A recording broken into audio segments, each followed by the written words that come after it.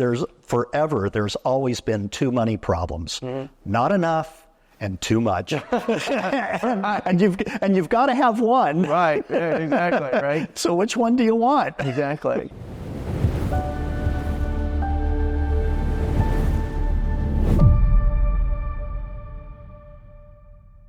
Hello everyone, this is Shin here. We have another amazing special guest speaker today, and we have no other than this person named Gary Glass. Well, I want to tell you a little bit about Gary. Gary has been working with NASA for over 30 years as a scientist, engineer, left that industry and became a personal coach. This guy has made hundreds of thousands of dollars in the real estate space, and he's done extremely well. What does he attribute all this to? Think and Grow Rich. He embraced the principles of Think and Grow Rich almost 20 years ago and began implementing all the different steps of the success principles of Think and Grow Rich. And today, he's going to unveil some very, very special nuggets that can help you catapult your life to the places where you'd like to be. And so without any further ado, please welcome our guest, Gary Glass. So, Gary, I am absolutely fascinated by your background, your experience. I mean, you, just looking at your bio and your resume, you worked at NASA for almost 3 decades. And tell me a little bit about that, like your experience with that whole world. Oh, that was fabulous. And it was so much fun. I had the opportunity to be on 3 spacecraft launch teams. Wow. It was Mars Pathfinder, Mars Global Surveyor. That was on the same trip. And then with the Deep Space One mission, and it was just so much fun. And after that, I ended up getting to become a contracts technical manager, which effectively is the guy that says, okay, what are the requirements for each mission? What do they really need with respect to, and I was in the telecommunications area, so what do they really need? And so we write up a specification, we'd put out a request for proposal, we'd get the proposals back, I'd go through all the proposals, and I ended up doing that sort of a process for probably 20 different missions. So I've got hardware pretty much all over the solar system. I've got stuff orbiting Earth, I've got stuff following the Earth, orbiting the sun, I've got stuff roving on Mars, I've got stuff orbiting Mars, I've got stuff on the outer planets, and it was just a blast. It was fun, and it was just so much fun and so much work. When you really get into that type of a job, you really do have to, you dedicate yourself to that sort of a job. You dedicate yourself to that mission, because the mission is really paramount. Yeah, I mean, it's crazy the diversity of your experience, because you did.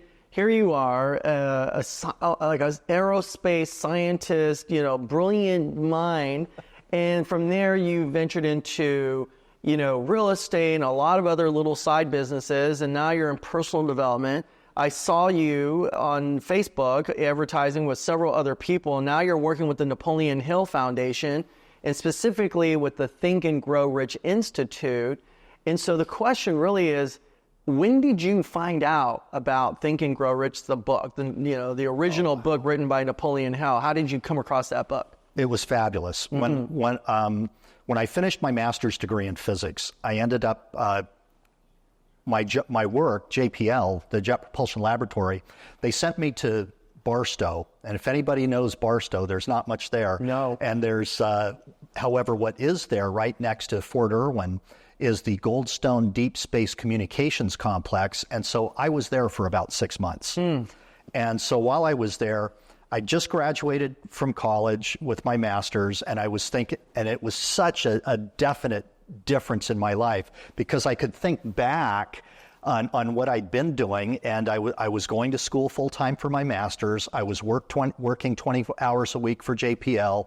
I was teaching 4 physics labs a semester. Wow. I was doing all of my homework. I was effectively sleeping about 4 hours a night, and at the same time, I was only earning about $18,000 a year, and that was my past. And then when I'd gotten hired full-time by the lab, I was earning almost $90,000 a year. Supposedly, I was only going to be working about 40 hours a week, which anybody in engineering knows that's really not what happens. Exactly. And that was okay. So anyway, I get sent out to this Goldstone facility, and we'd either be working 20 hours a day, or we would be kind of doing nothing for a few hours, just depending on what satellites were going across the antennas. And so what I ended up doing one day is I'm sitting out in the middle of the desert near the antennas, and one of these antennas is like 70-meter antenna, 70-meter diameter. So if you lifted this antenna up and you put it inside the Rose Bowl, it would fill the Rose Bowl. Just absolutely phenomenal. Just absolutely huge. But back to the story, I'm sitting on this rock, and I've got a copy of the LA Times, and I'm thinking, wow, my past was, I was so busy, and I wasn't making any money, and I'd brought on a whole bunch of debt, and then at that moment, looking into the future, I could see my future earning a good salary, working for a great company, doing exactly what I wanted to do, and thinking, okay, what am I going to do with my time, and what am I going to do with my money? And so the answers came the time I knew I was going to study something. What am I going to study to improve myself? And so I'm sitting on this rock out in the middle of the desert. I open up the business section of the LA Times, and there on the bottom left corner of page 2 is an ad, how to invest in real estate. And I was like, wow. This is something I can devote my time to and my money to, and to be able to really improve myself. So that's how I got into real estate. And my real estate mentor was Dr. Marshall Reddick. He advised me to go and but to study Robert Kiyosaki and the Rich Dad, Poor Dad work. And so I did. I ended up going to probably every single Robert Kiyosaki live event in Phoenix for probably 6 years, starting in 2000. Wow. And at the same time, Robert and Dr. Reddick are both saying, go read Think and Grow Rich. And I did. And I didn't get it. It took me another 10 years. This is probably the early or the late 1990s when I was advised to go read it, and I didn't quite get it. However, another 10 years later, I get introduced to Bob Proctor, who is probably one of the greatest advocates of the book. And at that point in time, I was ready. And the book completely changed my life. And it caused me to recognize that in my earlier life, oh my gosh, what an unconscious competent I was. I ended up, even before I went to college, I get out of high school. I'm what Napoleon Hill would call a drifter, a person that does not know what they want. And in that time frame, I pretty much quit school. I was a fry cook. I ended up being a sewer cleaner. I was working for a company in the San Fernando Valley called the Drain Surgeon. Great work, lots of money. However, in that kind of a service business, you're working every other night and every other weekend on top of all week. And so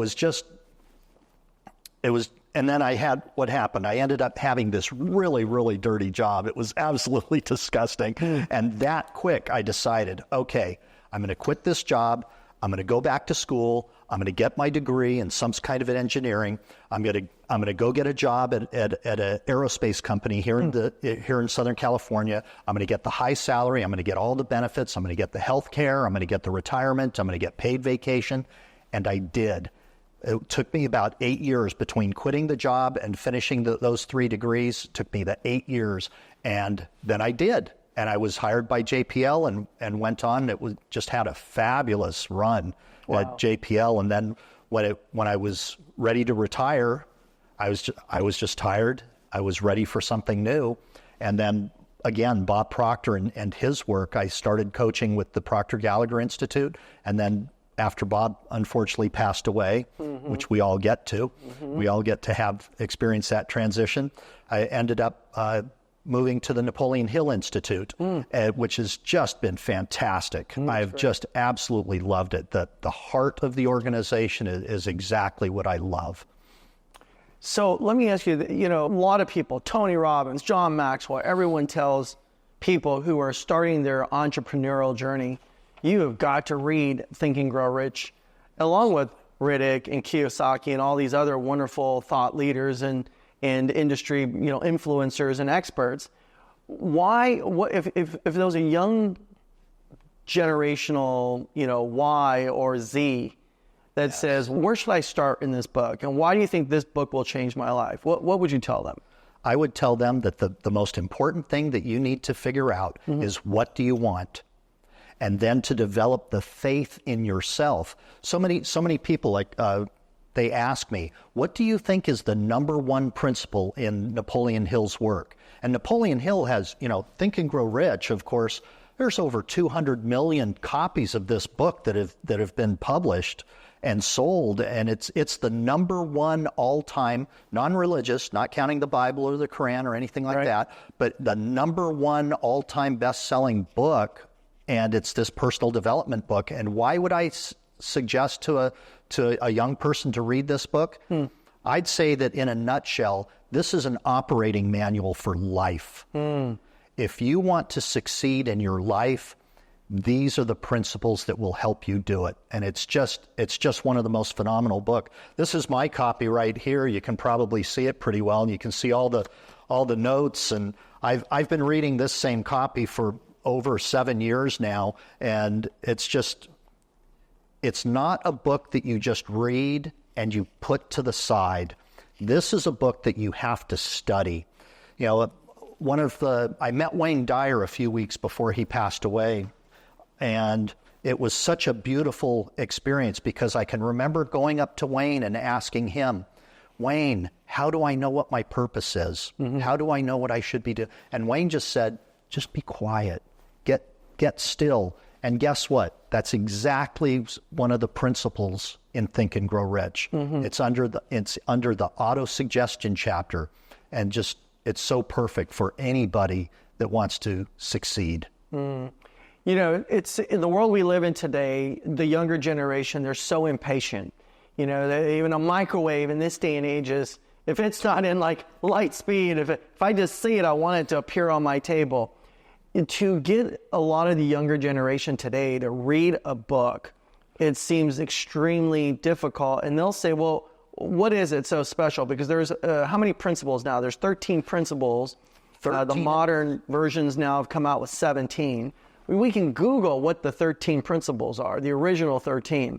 So once a baby boomer or a millennial or a Gen X, I'm a Gen X, I don't have time. I'm just going to go and Google what the 13 principles are. If I know what they are, why would I need to go and spend time reading the book?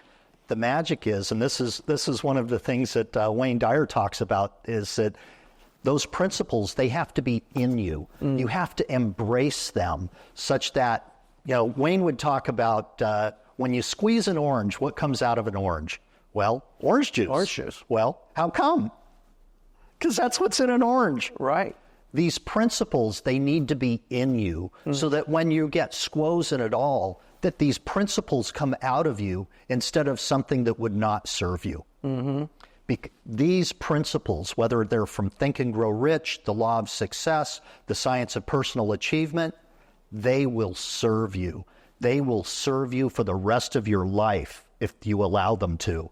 And the magic is learning these principles such that they're truly inside you, so that when you do get under times of duress, that those principles come out instead of something that just doesn't work. Yeah, it's interesting how you pointed out that you've been reading this book for 7 years. You've been studying it for 10 years. 7 to 10 years, and that's the more you read it, it becomes more of your muscle memory, right? It gets ingrained and it becomes instinctual, right? Versus if you read it one time, there's nothing I don't think you can do one time and you become good at it, right? Tiger Woods has not driven a ball one time to become, Masters champion. How many times? That's right. Oprah Winfrey did not practice acting one time to become the mega superstar in the entertainment industry. Steve Harvey didn't do anything one time. Elon Musk, he doesn't do anything one time. All of the real superstars in any activity, in any profession, in any endeavor, they haven't practiced it one time. They practiced it over and over and over again. And what does that do? It ingrains it within them. Just like Wayne was saying, you squeeze that orange juice comes out. You squeeze you, or whenever you need it, it just comes out of you naturally, just like nature. Now, when you say it becomes in you and it's inside of you, you know, Napoleon Hill in the book talks about the subconscious mind. And it goes even deeper, where we have the conscious mind, then you have the next inside level, which is the subconscious mind, and then you have this thing called the infinite intelligence. You know, when someone hears that, you know, we don't really hear what does it mean by finite or infinite. Could you explain that more for someone to understand and comprehend? What does that really mean when we talk about the infinite intelligence? My understanding of the infinite intelligence is the source intelligence.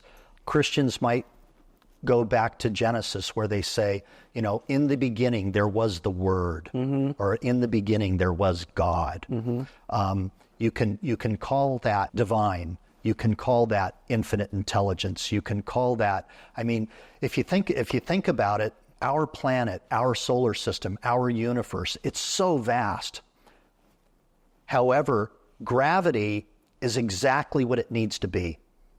If it was 1% less or 1% more, we would either be super compressed into nothingness, or we would just be scattered all over the universe without any order at all. And in either case, there's no civilization, there's no life. And so my opinion, and this is some, you know, near and dear to my heart, is that there is a consciousness much greater than ours.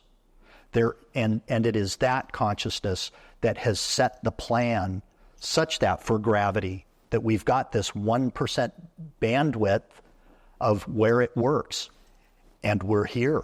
It's great. Now, there's some other things in the book, Think and Grow Rich, another chapter or one of the 13 principles, which is really, you know, just the word itself kind of attracts people. You know, if you're flipping through, a lot of the younger people, they seem to look at the table of contents. You know, what are these things? They come down and there's one, and it talks about the mystery, right, of sex transmutation. And the word sex, everybody goes, what? Oh, there's something about sex in this book? I'm going to read this chapter first. So they bypass all the other chapters and they go to that chapter. What is Napoleon Hill talking about when he refers to sexual transmutation? Napoleon Hill's really talking about, John, he's talking about the transfer of the energy that you would be using towards your sexual endeavors, and to take just a little bit of that energy and point it towards your labor of love. Point it towards something. And that's where the transmutation comes in, is that you're transmuting it from being in relationship and having the sexual energy in relationship with another person, and moving that to the labor of your love. And that labor of your love, it might be financially related, it might be health related, it might be relationship related, it could be anything. And that honestly, that's one of the things that I really love about the book, is that riches that Napoleon Hill is talking about can be any kinds of riches. Now, in many of the stories, he talks financial, because the book was published in 1937, you know, during the part of the height of the Great Depression. And so in that time frame, money was very important, so that a lot of the stories are money related. However, you can use each and every single one of these principles to improve your health, to improve your relationships. Even in the first few pages, Napoleon Hill says, one of the most beautiful things you can have is harmony between your family members, harmony and appreciation with your business partners. How could that not be good? It's just such a beautiful thing how the harmony, peace and harmony. It's another one of Napoleon Hill's books is Grow Rich with Peace of Mind. And isn't that what everyone's really going for? I mean, it's just just so profound and so powerful, the ideas. And the ideas in Think and Grow Rich promote that peace of mind. Yeah, agreed. It's amazing how many people, they all want to make a lot of money. And they have this idea that once you have a lot of money, you're going to be at peace. And we know that there's a lot of people who have a lot of money and they're not at peace, and their health is deteriorating because suddenly they're burdened with so much responsibility, and it just becomes a huge burden in a lot of ways. I've actually said, people have actually said to me, you know, John, I think I was actually, more peace. I was more at peace when I didn't have money versus when I've got a lot of money and I'm overwhelmed right now. There's always been two money problems. Not enough and too much. and you've got to have one. Right. Yeah, exactly. Right. So which one do you want? Exactly. Now, let me, in this book, we have today, with all the isolation from COVID and post-COVID, people are still recovering, from the pandemic. And they're still where relationships have been harmed. Some people just emotionally and mentally are still struggling today, and financially for that matter. What chapters or what principles what advice would you give them based on one of the principles that would help them maybe pull themselves out of where they are today, to move forward? Yeah, that's a great question, John. I think the first thing they have to recognize is, what do they want? And once they've figured out what they've wanted, to be able to start working towards it, see it as a goal, then start developing the faith and the self-confidence and the self-belief and the self-esteem towards that goal. And I feel that whoever is in that sort of a state where they're kind of lost and they're drifting, the magic is figuring out what you want. And it's really, it's interesting you asked that question. Napoleon Hill, he had a business partner later on in his lifetime. His name was W. Clement Stone. He owned a huge insurance business, and in fact, in the early 1960s, he was the world's richest man. And it was in about that same time frame that he physically met Napoleon Hill. When W. Clement Stone first started his insurance business, he used Think and Grow Rich as the operating manual for his insurance business. Whoever started working for him would go and would have to read this book. And if they'd end up discussing it weekly, because the ideas in the book, you really need to, like in the beginning of the book, you can't just read the book and set it down. You have to study it because you have to get it in you. I've noticed that you talked about finding what it is that you love. What is it that you're passionate about? Finding your purpose, your calling in life. How do you find that? Like, how do you know? If someone says, Gary, I don't know what my purpose is. I don't know what I'm passionate about. How does somebody find their purpose? For my clients, what I do is I ask them to get really, really quiet, just like what Wayne had suggested to me. And I have them ask themselves that question over and over and over. Now, before they start that, I've given them some worksheets so that they can attempt to think of some of the things that they might want. And then I ask them to make a list of all the things that they want. Is it a car? Is it a boat? Is it a house? Is it a relationship? Do they want to lose 50 pounds? What is it that they want? What level of fitness do they want to be at? Do they want to be scuba diving? Do they want to be jumping out of airplanes? Do they want to be expert in karate or aikido or something? What do they want? And I just ask them to make a big list. Anything. I don't know, maybe they want a puppy. Whatever they want. put it on paper and start thinking about it. And then we've got additional exercises that we work on to help refine and focus on what they want most. Mm-hmm. And what I typically do is I have them pick a personal goal and then a professional goal. And what I typically find is with the professional goal is really just there so that they can achieve their personal goal. Mm-hmm. You know, when Napoleon refers to having goals, and I always tell people that I like to use this acronym, which is GPS, and I talk about it frequently, right? Which is, if you, just like when you came here today to the studio, you didn't know, or maybe you did know how to get here, you probably put it into a navigational GPS system, plotted in a course, the address to get here, and so you follow your GPS. And so your G is the acronym for your goals. And it's interesting because Napoleon Hill talks about that in Think and Grow Rich. The letter P is your plans and how you're going to achieve these goals, okay? And then the letter S is your schedule. When you, the time, when will you dedicate yourself to doing something, or your goals, you know? I love how you put all those together. The goal, the plan, the schedule. I love the idea with this respect to schedule. So many people don't time block time to think about what they want and then the time to actually work on what they want. Mm-hmm. We have in one of the programs we have, it's called the Self-Discipline Camp with the Napoleon Hill Institute. One of the things that we do every morning, Monday through Friday, from 5:30 to 6:30 in the morning, one of the things we do in that time frame is we write down our full goal, and then we write 6 things that we can do that very day that would just lean us into that. And it doesn't have to be big, huge things. It can be a phone call. It could be talking to somebody. Maybe it's studying a little bit of something. But it's so important to block out that time to work on your goal.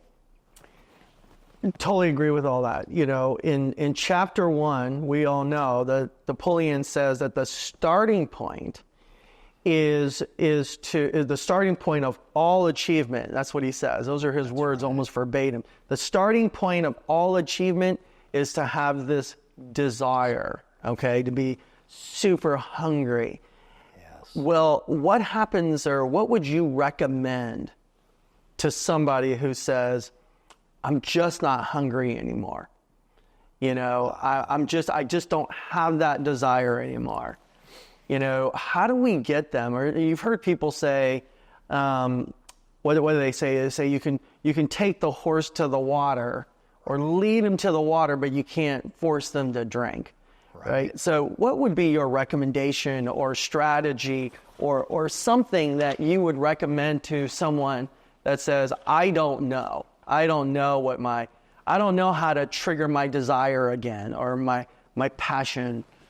What advice would you give them? Figure out whether their goal is really what they want. Mm-hmm. You know, a lot of people have probably heard about SMART goals, you know, specific, measurable, achievable, realistic, and a timetable. Mm-hmm. I've always liked to add EST to the end, the SMART EST goal. The E has to be ethical. The S, you want to have a strategy, so there's back to your plan. And then that last T, it has to be true to yourself. You can't be working on a goal that your parents want for you. You have to work on a goal that you truly want. So for the person that has kind of lost their drive, I'd ask them again, what do you really, really want? And then why? And then why do you want that? And then why do you want that? And go down 5 to 7 levels deep of why? Because what we'll typically find is we'll either find a good reason for them to reignite themselves, because they need to be ignited. Hill and anybody in personal development will say, you've got to have a burning desire. You've got to really want it. And it's so important to really want it, because if not, it's just like you said in your example, that the people just kind of, I remember this movie, it was Bull Durham. Mm-hmm. The baseball team wasn't doing so well, and the coach says, you guys lollygag around first base, and you lollygag when you hit the ball, and you lollygag when you're catching the ball. You don't want to be a lollygagger. You want to have burning desire on what you want. So what do you truly want, and why? Get to those whys. How do you differentiate, you think, the difference between a dream and a goal? Oh, I think of things in the context of three different words. There's a goal, there's a vision, and there's a purpose. And I see a goal as something that's relatively short term. I see it being you have a 1 month goal, you have a 3 month goal, you have a 6 month goal, you have maybe a 1 year goal, but the vision, this is 5 years down the road, this is what I want to have built. Whereas the purpose ends up being all about the person's beingness. I want, and you've probably heard it many times from in any profession, I want to be a teacher.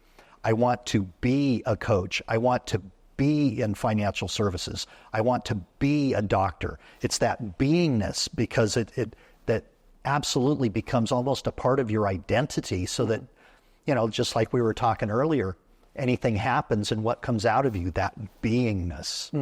Do you think right now in the world we live in today, there's so much, negativity and drama, noise out there, where you could be a baby boomer, a Gen X, Y, Z, it doesn't matter. You've got a pulse, and even a kid in elementary school is turning on a television set and they're seeing what's happening, worldwide. You see, if you go to the internet, you're seeing all this kind of stuff. You go to your jobs, and people who do work, they're surrounded by people on a daily basis, and the people are there's a lot of noise, a lot of negativity, and someone comes and says to you, there's so much crap that's going on in the world. Is the American dream still real? Is it still feasible and plausible to live the American dream? What would be your advice to that? Is this even real anymore? What's your advice to someone that says something like that to you? I feel that there's two things. There's the American dream, and there's the American way. The American dream, somebody that's my mother was a naturalized U.S. citizen. The American dream for her, and what was instilled into me, is being able to go and do whatever you want to do, take care of your family, take care of all of your obligations, and build something. And that is how I've always considered the American dream. For so many immigrants, the American dream is to come here and to make a business and to be financially successful, so that they can pass something off even greater to their children.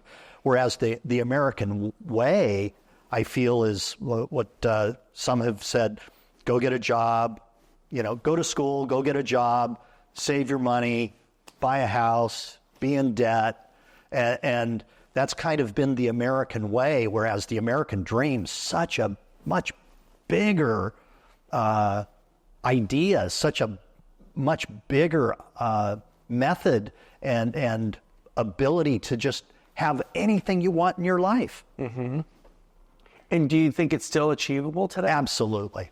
And I know so. So where does someone begin? If they say, okay, well, if you think it's real, where should I begin right now, today? Well, one of the things that we offer at the Napoleon Hill Institute is a thing called the mentorship program. And in that program, there is an awful lot of studying of Think and Grow Rich. However, up front, the very first thing that we do is a thing that we call the Disruptor program. And it's about 6 to 8 weeks. And the very first thing with that is there's a self-discipline camp that I've kind of mentioned before, where you have to get control of yourself. And then after that, it's the self-confidence camp, so that you know within yourself what you want and that you can go get it. And there's tools and processes and worksheets and activities for you to do, for a person to do, to be able to figure out what they want, to develop that burning desire. And then we go into Think and Grow Rich and give them all the steps to riches, no matter what riches they want. So let's say somebody says, I'm already involved in something else, a different mentoring program, or I've got a different coaching thing I'm involved in. How would you differentiate what people may be doing today compared to what you're sharing with the Think and Grow Rich Institute and the programs that you're offering? This book, Think and Grow Rich, has made more millionaires over the decades and in every single decade than any other program. This is the foundation of all other personal development. I say go to the source. Yeah, it's been around. I mean, it's been around since the book was published in 1937. Right. But it was even there even longer, and this was the Cliff Note version. Yes. And I see that you have in your possession the original book written by Napoleon Hill, which is called The Laws of Success. And now you've got the big encyclopedia version, the deluxe version of this thing. Tell us a little bit about this book and why you think someone should also read this book.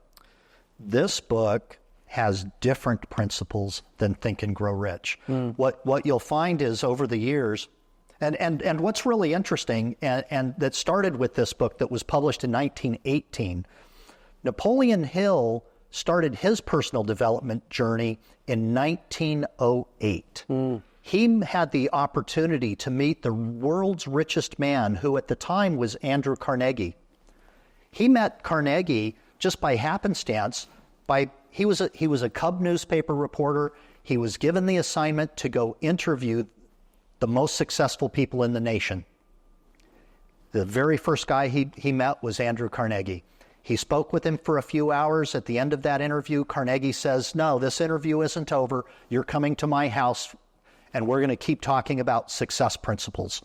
At the end of 3 days of talking about success principles, Carnegie asks Hill, and unknown to Hill, Carnegie's got a stopwatch underneath his desk, and he's timing him. He's giving him 60 seconds to answer this question. And the question that Carnegie asked Napoleon Hill was, are you willing, without pay, to study the principles of success for the next 20 years and get it done? And Hill said yes. In 29 seconds, Napoleon Hill said yes. Carnegie didn't pay him at all. What Carnegie did, though, was he introduced Napoleon Hill to 500 of the most successful people in the world at the time. We're talking about Thomas Edison, Alexander Graham Bell, the Wright brothers, a couple of presidents, Woodrow Wilson, Franklin Delano Roosevelt, Teddy Roosevelt, King Gillette, the guy from Gillette, the razor. Yeah, the razor. William Wrigley, Wrigley's chewing gum. Statler, 500 of the most successful people. And from that, Napoleon Hill took their stories and condensed all of the reasons why they were successful and put it into this book. And this book has 15 laws of success, principles of success. Think and Grow Rich, like you mentioned, John, he's distilled it down to 13 principles.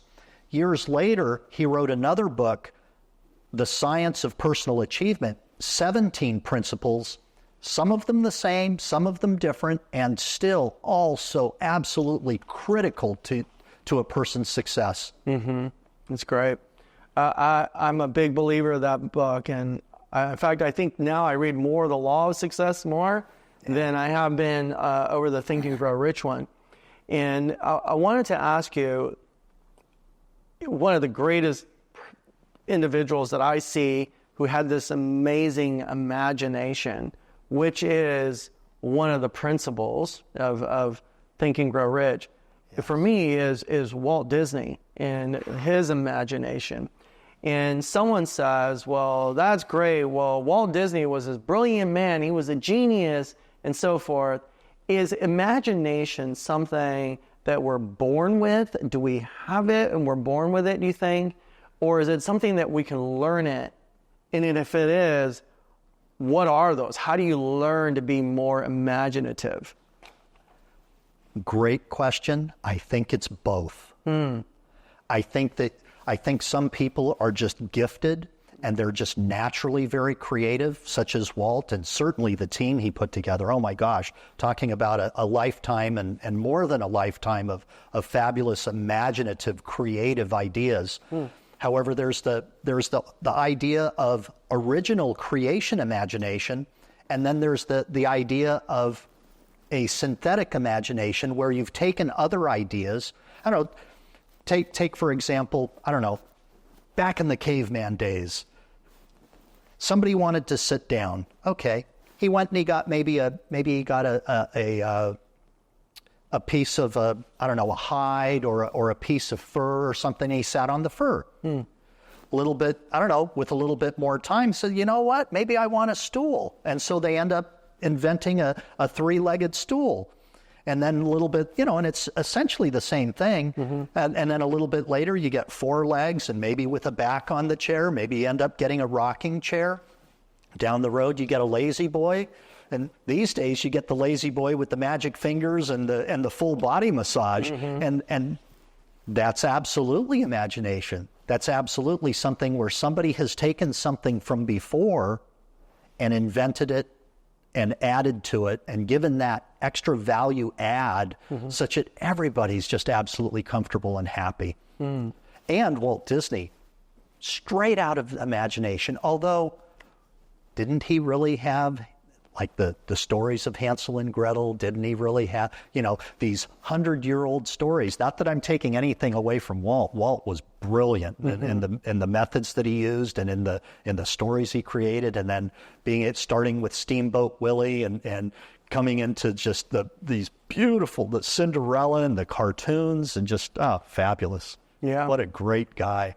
So how does somebody get the creative juices going? If someone says, I don't even know how to start a business, I don't even know where to go, I don't know of a product, what are like a couple things that you can tell them to get that creative juice going? One of the best things that I find is rubbing elbows with other good people. And it's exactly one of the principles in Think and Grow Rich is the mastermind alliance. Anytime you get two or more minds together, another mind is formed that can build on the ideas and be able to have additional creativity and additional imagination and be able to have more and better ideas. That's right. I mean, corporations are doing it, right? I mean, that's why you have a board and you have departments and you have bring people together in peace and harmony, and you can do anything. That's right. Totally agree. So now what are you working on now? What's your plans for this year? My plans for this year include getting a coaching business up to where I'm helping at least 50 new people per month. Oh, 50, 50. 50.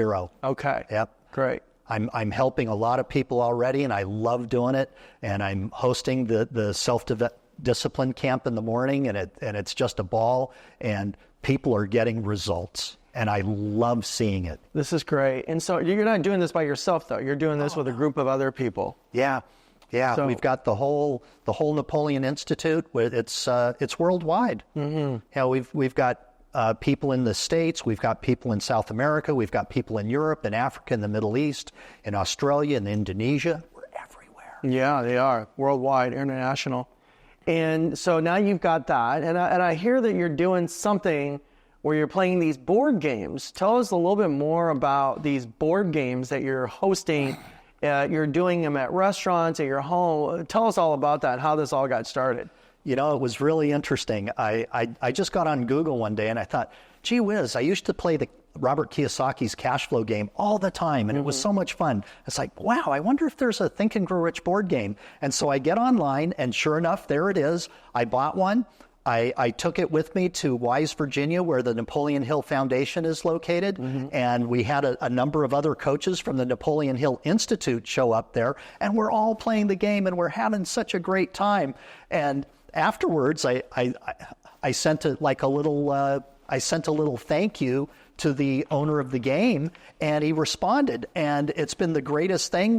The third Wednesday of every month, we're having game night at a local Italian restaurant, and it's just a blast. Not only are we learning the principles in a wonderful setting and having a great dinner, we're learning the principles more and more individually. And just like we said a minute ago, where one or more minds are together, that additional mind is built, and we're masterminding about ideas, about finance things, about health things, about relationship things. It's just been fabulous. So much fun.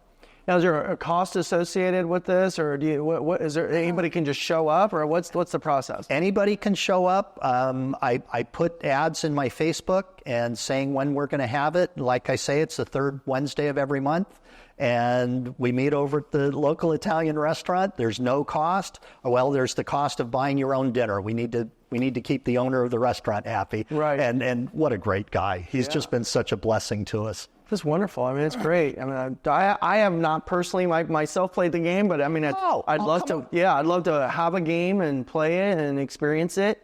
And what I love also is just getting the right people together and networking and building and bonding and forging that relationship with all these other people. You know, it's great. Absolutely. Whenever you get a team of people together, whether they intend to be a team or not, they end up being a team. Yeah. Because you always end up learning and you all end up growing. And what a beautiful thing that is. Just more ideas. So I'm really curious. You know, here you've been in the field of aerospace for 30 years. You've dedicated 30 years of your life to the advancement of our society, our civilization, to explore. And I'm a big sci-fi Trekkie guy too. So I love everything that has to do with sci-fi, Star Trek, all that kind of stuff. I'm kind of a geek in that way, you know. Dune is coming out on Friday. Which is going to be fabulous, right? For all the Dune fans, most of you guys, in fact, yesterday, Arlene and I were talking about seeing the Dune 1 version so we can go and kind of catch up and see the second part. Yeah. So here you are, you're invested in real estate, you've got your passive income coming in, you've become very successful coaching so many people in all areas of their life. So what makes you still tick and continue and work the way you do? Because you don't have to, right? I mean, you'd be sitting at some white sand beach, you know, sucking on a pina colada. Maybe if you smoke some stogies, have a big fat cigar with your white hat on and enjoying your life. I mean, exploring the world and learning other cultures and indulging yourself in other types of foods and festivities. Why are you doing this? What is your purpose and calling for doing what you're doing right now? What makes Gary wake up every day and move? I love seeing people hit their marks, seeing people hit their goals, and seeing them grow. Because it's Earl Nightingale has a wonderful definition of success. Success is the progressive realization of a worthy ideal. If your goal is here, or rather, if you're starting here and your goal is here, hitting your goal is not success. The journey is success. The person that you are becoming, that's success. And I align with that so very well, and I love seeing people on their journey. I love seeing people hit their goals. It's great. It's great. Yeah. Love your commitment to people, your dedication to serve. Because I mean, I've known you for a bit now, and it's incredible to see people like yourself, as successful as you've become. And, you know, there's some level of selfishness I think is okay, but you've really dedicated yourself to people and really being a servant to others. It's, if we had more people like you, it'd be a different world we're in today. Well, and that's exactly the mission that we're on at the Napoleon Hill Institute. There's 8 billion people out there that need to understand the principles of Think and Grow Rich, the success principles that Napoleon Hill put together. And it's our job to make that happen. That's great. I love it. Love all your commitment to this whole thing. Yeah, it's a blast. Hey, I'd really love to invite you to watch the Think and Grow Rich, the Legacy movie. It's fabulous. All you have to do is type TGR in the comments below or click my link in the bio. You'll be glad you did.